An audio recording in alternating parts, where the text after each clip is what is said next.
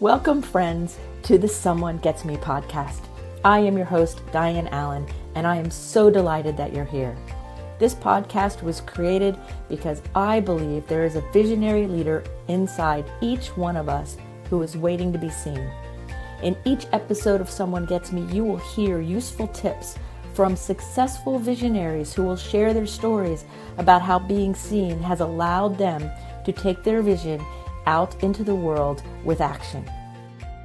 Well, it's an honor to have the chance to turn the microphone back around and have this show's host, Dianne Allen, on the receiving end of some questions.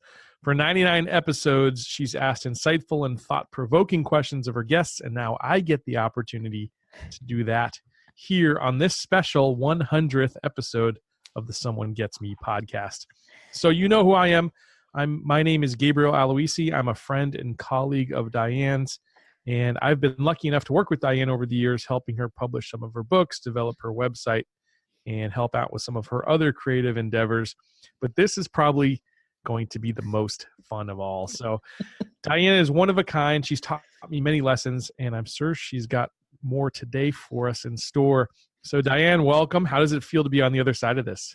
I'm excited, and I'm a little bit on the nervous side because I never know with you what's going to happen next. And so I get to guess. I guess I'm getting the taste of what all my guests feel because they don't know what I'm going to do either. So I'm excited, and I can't believe it's 100 episodes already. It's so crazy fun. Yeah, that's got to be exciting for you. How excited are you? I'm speechless in a lot of ways because when I started this podcast, I just thought, well, this will be a fun little thing to do. You know, all my friends are doing it, and I love sharing neat ideas. And I never dreamed it would turn into something so powerful and worldwide and all of those things. It's like far transcended everything. So I'm still in shock.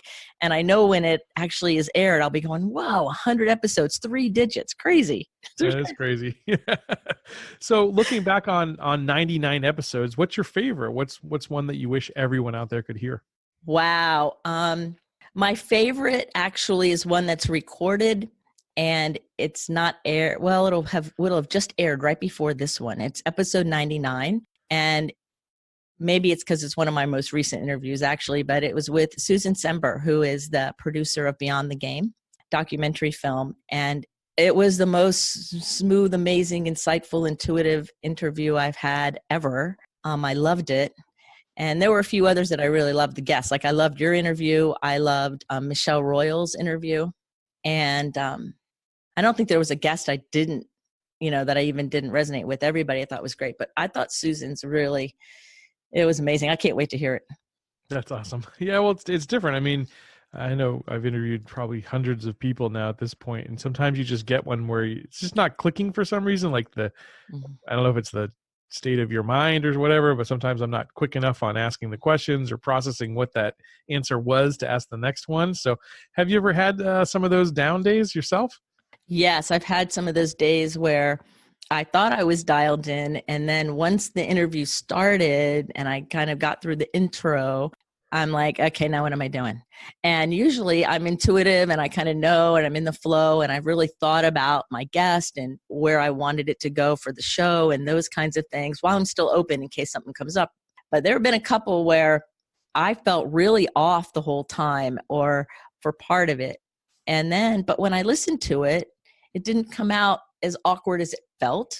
Mm-hmm. So that was good. Otherwise I would have asked him to redo it with me. But it's hard when you're struggling like that and you're going, I don't know where I'm going with this, but I'm supposed to know where I'm going with this. Yeah. I always find if I didn't prepare well enough, sometimes I just wing it. And then sometimes it really works and it's great. And sometimes it's really a disaster. Well, what was the wildest thing that's happened to you on this show, Dianne? The wildest thing. Well, I had a guest, actually, it's happened twice, where I had all these great questions and I really prepared really well because it was somebody I really wanted to interview and I was really excited. And shortly after I did the introduction and said, welcome to the show, they talked almost the whole show. Like I didn't get to ask any of my questions really because one little question, they started asking their own questions to themselves to keep going. And so I never really got to ask the cool questions that I really wanted to ask them. And it just felt like a disaster. I'm like, wait a second, like, hold on a minute here, and so what they said was great. It was not anywhere in my plan. So I just had to learn how to surrender on those. And it happened a couple times. Sure. Yeah. You get some of those people that are very verbose and you just let them run with it. And sometimes I've gotten people, I don't know if you have, but where like they just didn't answer with a very long, it'd be a couple sentences and then there'd be this awkward silence and I wasn't expecting them to stop. Have you ever had anybody like that? Maybe came on nervous?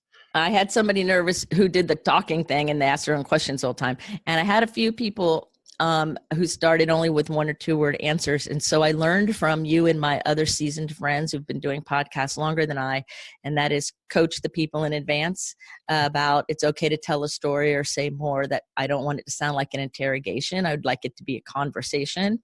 Mm-hmm. And I've had several people I've interviewed where it was their very first podcast interview. And I didn't know that till they said it on the podcast. It helped a lot. It helped them be able to say more, or I didn't have to fill it in. But what gets awkward is they'll stop and I'll get ready to say something and then they start talking. And so it gets a little tricky not to stomp on somebody accidentally when the cadence of their speech is a little bit off because they're nervous. So I just try to make everybody feel happy. Yeah, it's tough sometimes too when you're not in the same room with somebody. I know you're doing your interviews with people all over the country, and sometimes just the technology itself, there's a little bit of delay there. I've had some problems with that. I don't know if you have as well. I have a little bit with people on the West Coast, but I've really had it with issues. I've had some people in France and Australia, and it's cool that we're doing technology all over the place, right? And talking to people all over the world, but sometimes their internet's a little slower or things just don't sync up exactly right. And it reminds me of the old days when we used to make long distance phone calls and you have to wait for the answer to come back, Exactly. Yeah.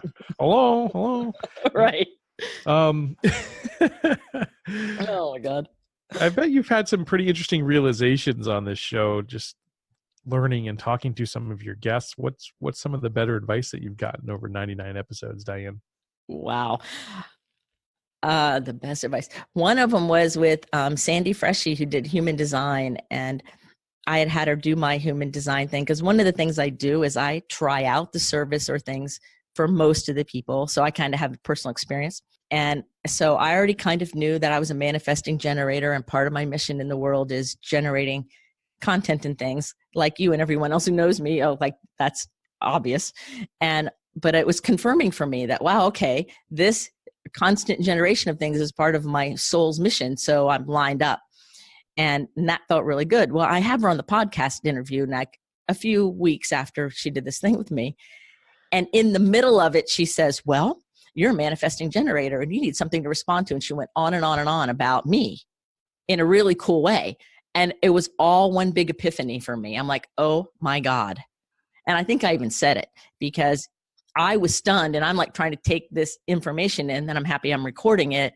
And I had no idea it was coming. I had no idea. And it really changed some of my business, and it changed some of how I operate with my clients, and it changed some of my self-acceptance that this is really who I am. And if other people get jealous or don't like the fact that I create a lot of neat things, then it's more on them. Like my sensitivities got a way to have some validation, I guess. So that was huge, profound. Yeah, I can imagine. That's amazing. Who would be your dream guest? If you could have one person on the next 100 episodes, who would that be? Richard Branson. Yeah, why is that? Because he's happy and he's creative and he's out of the box. And I think that it would be so inspiring in jazz. And I would want to ask him, people don't get you. They still don't get you. And the name of the show is Someone Gets Me. And so how does he handle that? That would be like a stellar answer. I would love to know. That actually leads perfectly right into my next question, which is the title of the show, Someone Gets Me. Why did you choose that name, Diane? I choose that name, Gabe, because that is the comment that probably 90% of the people who have sought my assistance, formally and informally, have said after interacting with me, that they come to me usually feeling either misunderstood or not understood, or like nobody would get them even if they tried. And I can hear them in a way and understand in a deep sense. And they walk away going, wow, someone gets me. So when I was trying to name the show, and one of my colleague said, well, everyone says someone gets me when they're done talking to you. Name it that. And I'm like, wow, that's true. They do. And so I named it for that because it's what everyone says after they meet me. That's really cool. I like that a lot. I would imagine that you've probably had a few weeks or maybe many weeks throughout this 100 episodes where maybe you felt like you could skip an episode, or maybe it was too much going on. What kept you going? What kept you motivated to keep getting this podcast out week after week? Every time I wonder if it matters, like, is what I'm doing even mattering? If I ask that question to the universe, we usually within 24 hours, there's a phone call, an email, or a text message from somebody saying exciting an episode or something I said on them. And that really helped them. And so I just keep imagining there's somebody listening that I probably will never know, that if I say one sentence or my guest says one thing that makes them feel better, then all the shows are worth it. And I never know who or what it is, and so when I haven't felt like it, or I wasn't really sure where it was going, because it didn't start out as an interview podcast. It started out with just me, and some episodes are just me. And I like it blended. I'm glad it turned into this. But I just think of that one person, that's going to hear it. And I also realize that most people don't tell you they're the ones hearing it. So I don't know who or where they are, and I'm certain they're out there. So I go with that belief that somebody's going to happen upon it and go, wow, I'm really glad I heard that. Yeah, it's so nice when you get one of those emails or a text message or something from somebody, especially when it's unexpected. I remember I was at a conference not too long ago, and I'm on my podcast I think this week was 185 episodes.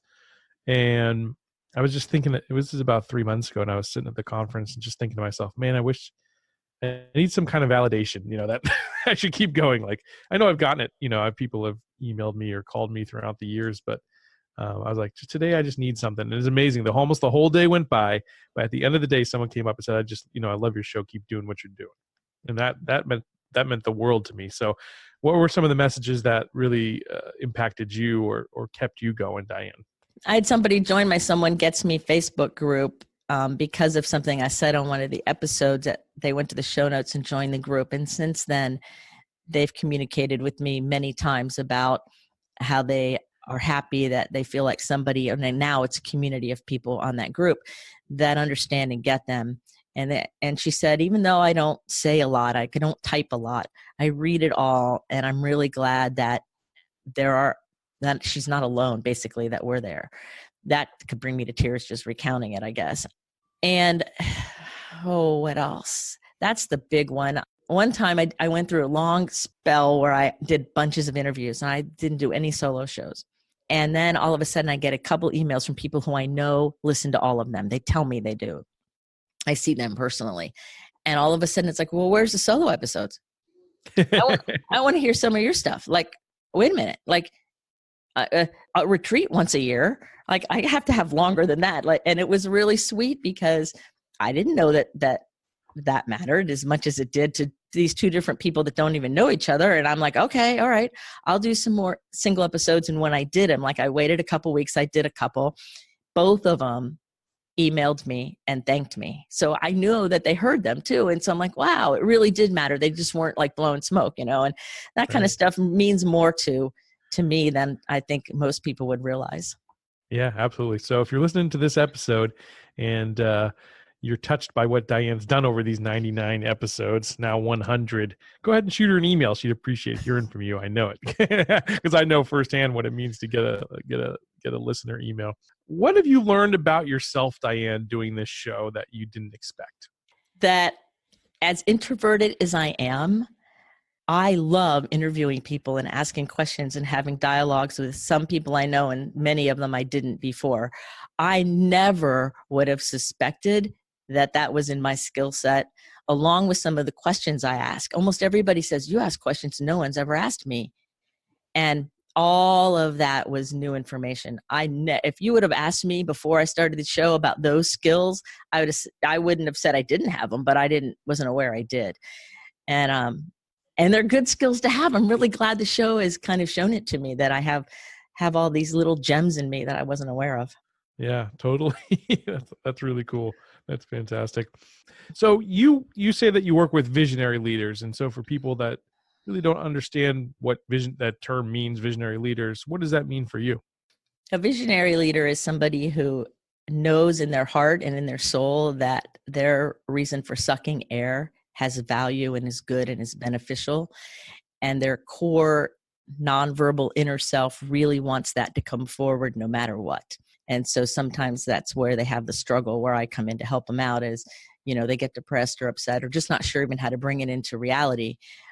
And all they care about is doing good for the world. Like that's what they talk about. They're not talking about the kind of car they have or any of those things as much. It's not like they don't have it. They usually do, but it's more about what can I do to help this world be a better place? And those are the visionary leaders. And I love working with them because it's harder. It's much harder than the average person because they're usually very smart and sensitive and on top of things and forward thinking, and it thrills me. Yeah, I bet. What's one of the big success stories that you've had, either speaking with individuals, whether it's doing the show, your retreats, your books? What's some of the real big wins that you've had? Okay, well, there's a lot of those related to this, but I had this one person. He always stands out in my mind when I'm asked this question. And when he met me, he was really struggling. He had just retired. Had a doctorate in chemistry. He was the newly retired CEO of a very large company, and he was very scientific. And he was referred to me by somebody who knew me, who knew him. And he's like, well, I just don't want to be preached to. I don't want all that spiritual stuff. I hear you're a spiritual person. I'm like, well, I'm also a science person. I love chemistry. It was one of my majors in college, and I love all of it. So let's see what I can do for you. No, I'm not going to preach to you. Right. And so he's a really cool guy. And so we got to know each other, and he kept working with me reluctantly at first, but his wife and his adult children were kind of like, no, she's got something going on. Talk to her. Well, long and short of it is I taught him all about quantum physics and string theory and stuff. And so I talked his language of science for how the world is. And he worked with me for about 2.5 years, actually. He was struggling with starting to drink too much and feeling depressed, because of the new retirement. It was all like a response to, like he said to me, he goes, when I was growing up, I was the man. I had a wife and children. I had to make as much money as I could, as fast as I could, invest it well so that everyone is taken care of for the rest of their lives. That's my job as a man, and that was my only job. And then he retired, financially successful, taking care of everybody, like he did it. But then now he was miserable and hollow and didn't even know who he was and didn't have the relationships he wanted with his children and his wife because he was so busy filling that role that he was taught. So we had to rescript his roles and help him rebuild his relationships and talk to his family. There's a lot to do to help him kind of get his balance back. And of course, he stopped using alcohol to medicate it because he could understand and have conversations. His children live in Texas. He lives a little south of here. And by the end of working with him for a couple of years, all of those relationships were repaired. I was getting phone calls from his wife and his children thanking me. And the most fun part about it was about 3 months after I saw him the last time, I got this beautiful voicemail from him thanking me because he was happy. He's taken up pottery. He has repaired all his relationships. And not only that, they're thriving. And he said he never would have done it. And he never would have found that inner purpose and vision for his life in the bigger picture had he not run into me. And that, there's no words to go with that. And the ripple effect of that is amazing. And he now is living his soul vision where he was cheating himself before. So that's probably the one that always sticks out the most. Oh, I love that. I love that story. That it's great that he went in like that. It seems probably like people have the biggest transformations when they're not expecting it. Do you find that to be the case? I find that the case a lot. Like it's happened for me too. My biggest transformations are like when somebody says something, I'm like not thinking it's coming because, your ego can't defend it. But I think a lot of people don't realize that I have more than one tool in my bag. And so I can talk science or I can talk spiritual or I can talk whatever and nature things because I love to learn and I love to gain information because I never know who I'm going to be speaking to next. And that was an intuition I received when I was like 18. And so I've been learning stuff for lots of years now. And it's fun for me to be able to meet somebody right where they are and be in their language and be in their world and say, okay, well, if I have the flashlight and we're lost in the woods, how can I help you get to where you want to go without my agenda? And And to me, that's such a great honor. And I love seeing people happy. Yeah. Yeah. That's so cool. So you probably have people that listen to this show. Maybe they're a little timid or fearful about reaching out to you, or maybe, they've read your books or they've read your blogs, because you're very prolific, as you mentioned. How do people identify when it's the right time to reach out to you and maybe think about working with you, Diane? I think the best time is when they have that inner feeling like there's something I need to do in the world. There's something more. And either they know what it is or they don't, and they're not sure what to do. And there's that pain coupled with a little bit of open-mindedness of, if I let somebody just kind of have a glimpse, maybe that open-mindedness will show me the way. So it's that combination of kind of pain and being aware of, like, maybe I'll do something with it, and kind of curious. Mm-hmm. And what's the best way to go about starting that relationship? I mean, is it shooting you an email? Is it maybe attending one of your retreats, reading one of your books? What's the best way to go about starting? Well, there's different ways. I like it when somebody either just emails me directly and says, hey, I heard the show, or I read your book, and what do you think about this? And what I do is I jump on a Zoom call with them, and we have a face-to-face dialogue that we can see if they want to really work with me and how, because I have so many different programs and things. The other way that I think is even just as interesting is showing up at one of my retreats or one of my events, or like where I speak, because then somebody can see what I'm about without the risk of like, oh my God, it's one-on-one. But I don't bite. I'm not really scary. I'm actually, kind of funny. So I think either way, but like if somebody's hearing the podcast and they have a question or they want to know it, I say, reach out right away, like email me right away, because no better time to get your question answered than when you have it in that moment. Waiting never serves any of us. Right. You mentioned earlier when you were answering another question, but you kind of said it offhand, but you said you're a very introverted person. And I bet a lot of people probably wouldn't guess that, people who have maybe seen you or heard you, or again, read what you put out there. What's that been like to be an introverted person? And how have you been able to get past that introversion and get your message out into the world? Oh, when I was younger, my introversion was the most painful thing ever. When I was in high school, I couldn't even tell you my last name if I was being introduced. It was really, really painful. So I've had to do a lot of work on myself and a lot of understanding of what introversion really is, and that it's positively correlated with being a visionary. And most visionaries are introverted. And I've heard stories of other visionary successful people. And I'm like, okay, well, all right, they can do it. I can do it too. And kind of, grew a lot of wisdom over the years. And then I realized, and I've learned, that introversion is not the same as our personality, that I recharge myself by myself. That's introversion. And I love people at the same time. And it's okay to love people and be an introvert, which I didn't know when I was younger. So as I learned all of those things all through my life, then I'm like, okay, well, I had a spiritual awakening, and I'm trying to remember when it was, probably 25 years ago now. It's a while ago. And I wouldn't have called it a spiritual awakening then, actually, either, which is all kind of interesting. But I had this awareness, this awakening, that I'm supposed to be like a verbal conduit. Like I'm supposed to be helping wake people up verbally, like using words. And I'm like, oh, I don't really know how to do that, but okay. Like, I kept getting these messages, and I was running therapy groups and all of that. And I'm like, that's okay.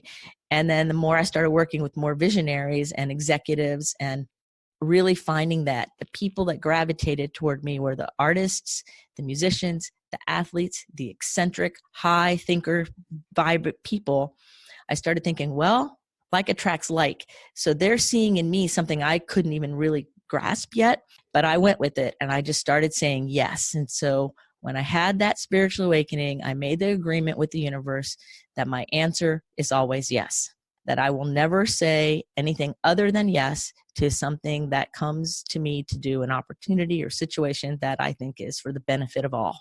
And all includes me. So it's, and so like when I started the podcast, several people said, you should really do it. You have a strong message.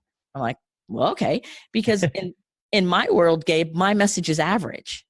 I talk about stuff all day long, like everyone knows it. And it's taken a long time to realize, just because I know it doesn't mean everyone does. And so I made the decision many years ago. I say yes to everything that comes my way that can be the benefit for all, which is why we're getting ready to start our third podcast. In addition to this one, and the retreat this year has expanded by an extra day because people are asking for it. And I really believe in being of service to all people, especially people in my group. I do it, but it's all divine. You've seen me in front of an audience. It's all spirit. It's funny sometimes. It just starts up and I just go and I'm like, whoa, this is amazing. So when you trust the greater universe, wonderful things happen. I would not change it for anything. That's such a great lesson. And some actually have been pondering myself the last couple of weeks. I think I have a habit of saying, but a lot or something like that. And then words are important. Mm-hmm. And I think it's like a improv tactic that you're supposed to always say yes and, right? So something really wild or crazy happens, during a skit, and you have to go along with it and then add something to it on top of that. I think that's just such a cool lesson, not only for comedy, but really in life in general. And you just made that point perfectly. I want to talk to you a little bit more about your retreat, because I've been on the retreat a couple of years and I've really enjoyed being at those retreats and learned so much. And it's just such a great to be with other like-minded people and get away. And of course, digest all the things that you impart to us at those things. What are you looking forward to in this upcoming retreat? Because when this episode airs, it'll probably be about a month out. Oh, I'm excited about lots of things about this year. I'm excited that it's 2.5 days. It's the longest of all the ones, but I tried to do 1.5 days like last year, and I got a lot of pushback from the attendees from last year that requested it to be longer. So I added another day, and that adds extra reception time and fun things. I also am planning all kinds of really fun experiences. I really believe that we learn more by experience and connection than just talking. So I do teach a lot, and I'm going to teach in varied ways this year, a little bit more varied than some people know about, but not like off the chain or anything. And it's designed all for visionary people who want to live in a visionary kind of way, which I believe everybody's a visionary in their own way, if their heart is in the right place. And what else am I looking forward to? Oh, the good food, of course, and the beach. Yeah, last year you had cookies and milk break. I thought that was my favorite one, I think.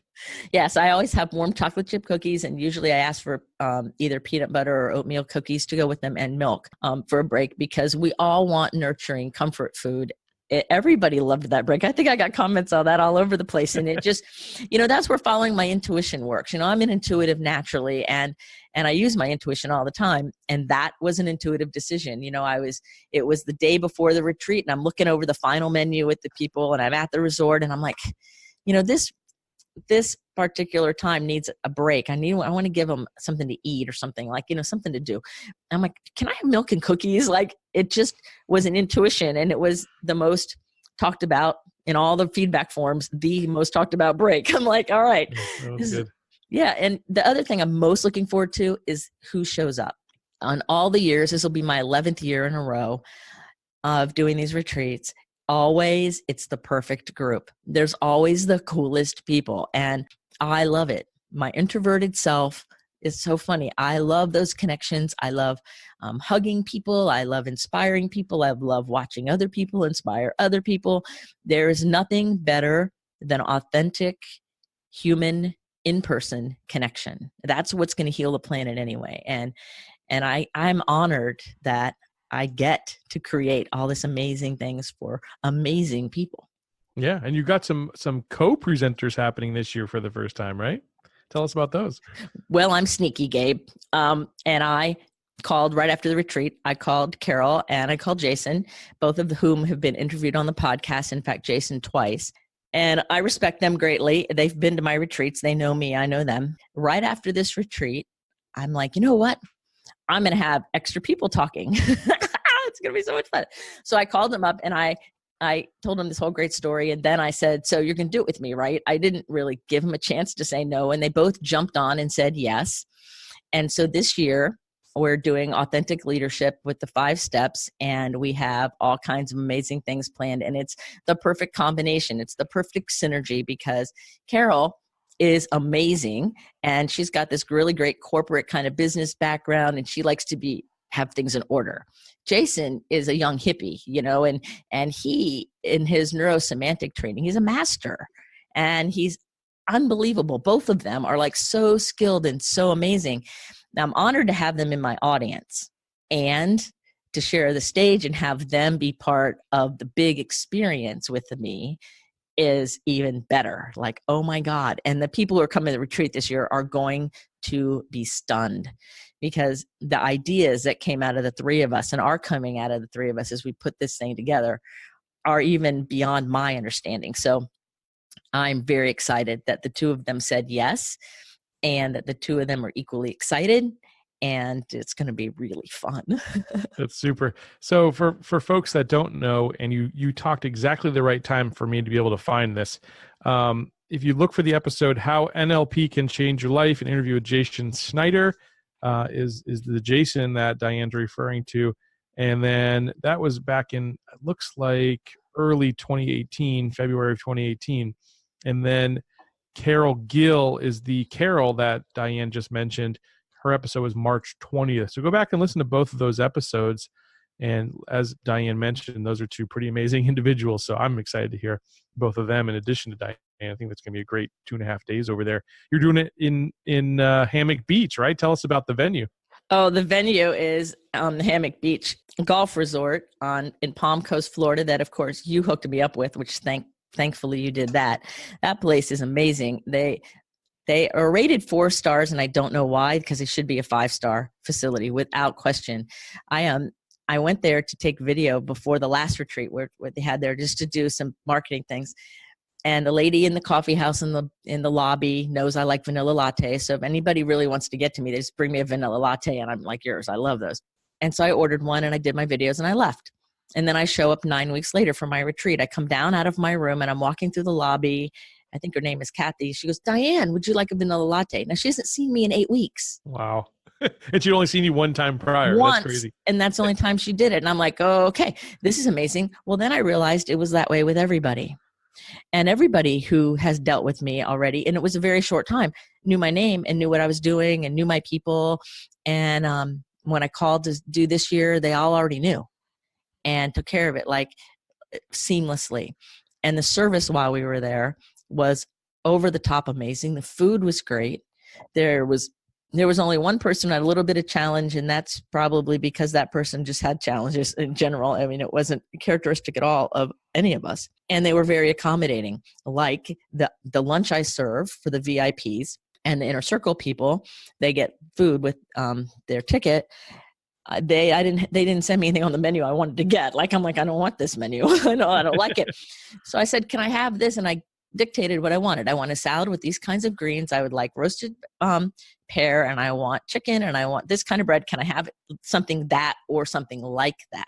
And they said, well, let me think about it. And then they call me back. Yes, we'll do something like that. It was exactly that. Nice. And yeah, and it's like every little thing. I wanted coffee one time, and the restaurant that I was closest to was closed. That person ran across the place and brought it back. And they didn't give me a hard time. They didn't say, oh, it was really hard. No, we can't. Never did that come out of anyone's mouth. So I'm excited to be there and bring my people back there and to be in a place that is that hospitable, that you really can retreat and get away from the crazy world. So I'm really grateful that you told me about the place, because they've exceeded my expectations. Oh yeah, it's a wonderful property. And since you're open to saying yes, I've got a little idea for you. They've got this pretty sweet lazy river that you can float along in. That would be kind of cool for like a meditation, to go floating down the river. Meditating would be kind of cool. So yes. That's one request I've got for this year's retreat. All right. Lazy. I'm writing it down. I'm doing it. All right. Before I let you go, I mean, there's one other thing that I wanted to touch on that you mentioned during our conversation here. And you talked a couple times about yourself being an intuitive. And, there's probably other people listening to this that maybe feel that they might have some of those gifts. How do people recognize that, first of all? And then once you do recognize it, what do you do from there? Wow. The best way you recognize it is people around you usually look at you and say, how do you know that? I have people say to me all the time, stuff nobody else knows. And that's the natural intuitive gift. And the way I look at it is everything's connected to everything. All of us have some level of it. Some of us more than others, and some of us exercise it more. It's kind of like any muscle, I guess. It has to do with our connection to the higher universe or the deeper universe, kind of both at the same time. So you notice it because you know things, or you get feelings about things. There's different kinds of intuition. Like mine comes through as an energy feeling or as an idea that'll pop in my head out of nowhere. And in fact, something's going to happen at the retreat that I was mopping my floor on Sunday and it popped in my head. And so in the meeting we just had about the retreat, I added it. And Jason's all jazzed. And Carol's like, oh my God, I can't believe you're going to do that. I said, oh yeah, I totally am. And I totally am because it came in intuitively, which means somebody is going to be in that room where that particular activity will change their life. I don't know who, and I don't know why, and I don't have to. So I follow my intuition that strongly. But usually it's because somebody knows something and they can sense or feel things. Some friends of mine hear things and can smell things and whatever. I've had those at times. And so when you honor those kinds of gifts you have, great things happen. How do you differentiate between something being maybe a coincidence, like people could say, just write things off, oh, that was a coincidence, I happened to think that and then it happened. How do you differentiate a coincidence from being truly intuitive? Or to put that even a slightly different way, there's the power of intention, right? Like, so how much of that is you making it happen? How much of it is coincidence? And how much is it being truly intuitive? How can you differentiate those things? I know it's a loaded question. It's a loaded question. And I'm going to say yes is the answer. It's all true. Everything's connected to everything. So that Einstein said that. He was kind of smart. And I really believe that. I think everybody's connected to everything. So many times I will pick my phone up out of nowhere, knowing it's going to ring or somebody's going to be there and they will have not done it. It will not have rung. And then the moment I put it down, it's ringing. So I'm picking it up while they're dialing, right? That happens all the time. Now, was it because I guessed? Was it a coincidence, or was it because I felt their energy? I think it's both. I think it's more I felt them because I'm really tuned in. The other day, somebody I'm working with, one of my clients actually, he just popped in my head out of nowhere. And I'm like, what is going on? And so whenever that happens, when somebody just pops in my head, I just stop for a minute, take 3 breaths, and I kind of imagine the person. And then I say, all right. And I ask my guides, I ask the world, the universe, whatever, what's up? Do I need to reach out? What's going on? And I got the message to text. So I did. I texted saying, thinking about you, just wanted to let you know. Mm-hmm. And then about an hour later, I got a very long text back saying that person was in a meeting and was in very deep thought about things that mattered to their vision and the work we're doing. And they were really surprised that I felt it. And I laughed and said, of course I felt it. We're connected. So for me, that was all my intuition. That surprised him. And he knows I use my intuition to help serve my people. That's one of the skills I bring to the table for my clients is I can see the road sometimes they can't see yet using that. So coincidence, I don't believe that there are such things as coincidences. I think every person that we meet is there on purpose, with a purpose, and we called them to us. So we probably want to sort out what that's about. And we can call them coincidences if we want to live on a superficial way, but I don't live a superficial life at all. So I don't see anything as a coincidence. I don't know you by accident. I don't know nobody. I don't know anybody by accident, especially the people who have maybe betrayed me or caused me harm or that I've hurt. Those interactions are meant for our greater good. We just have to see it in a way so we can keep growing and evolving. Yeah, I love that answer. It's so great. I think that's going to help a lot of people out there who maybe folks in their life just write off the special gift that they actually do have. So you just validated that for some folks out there. I appreciate you doing that, Diane. Well, I am so excited that you came on and did this. I hope it wasn't too tough for you. Being an introvert, getting on the hot seat today. But thank you so much for doing it, Diane. Oh, thank you, Gabe. And thanks for hosting this show. It's really cool to have somebody that I know and respect so highly hosting the show, and I feel really safe in your hands. So it was my introverted self could relax a little. So that's good. Right on. That's awesome. And for those listening, I hope that you will continue to tune in for the next 100 episodes. And don't forget to join Diane on her website, visionsapply.com. And if you're interested in the retreat, I'm sure she would love to have you join her there in the Jacksonville, St. Augustine area is where that Hammock Beach is. And you can go to visionsapply.com/annual-retreat, or just go to the website and there's a few buttons there to click. So hope to see you there. Diane, this was such a pleasure, and congratulations on 100. Cool. Thank you so much, Gabe. I can't believe it. Woo, we're celebrating 100 episodes. Thanks so much. Woo-hoo. Yes. Strike up the band. Thank you for listening. I trust you gained some valuable inspiration and information. Please join me and other visionaries in the Someone Gets Me Facebook group. Or for more information on my services and additional episodes, visit someonegetsme.com. Again, thanks for listening.